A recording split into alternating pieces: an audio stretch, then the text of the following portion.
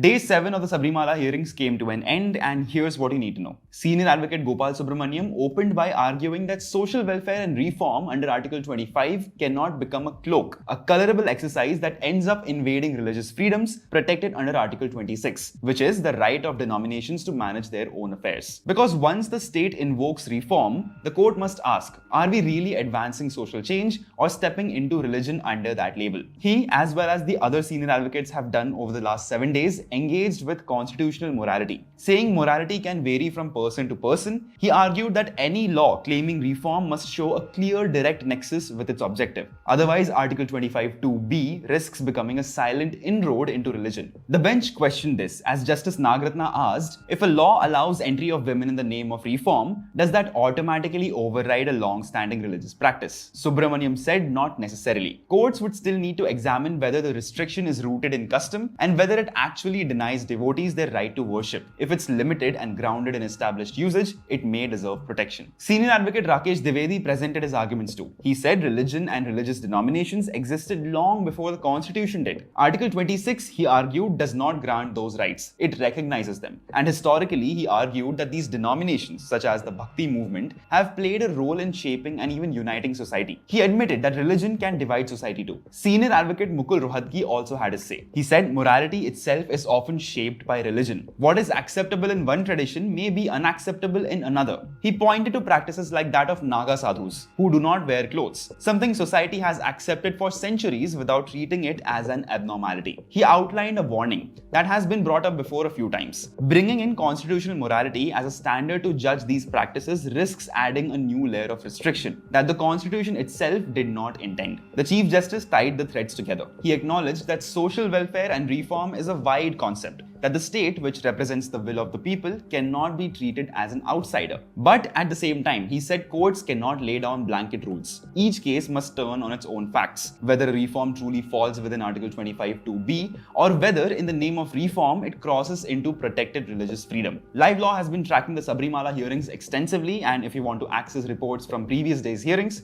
visit livelaw.in.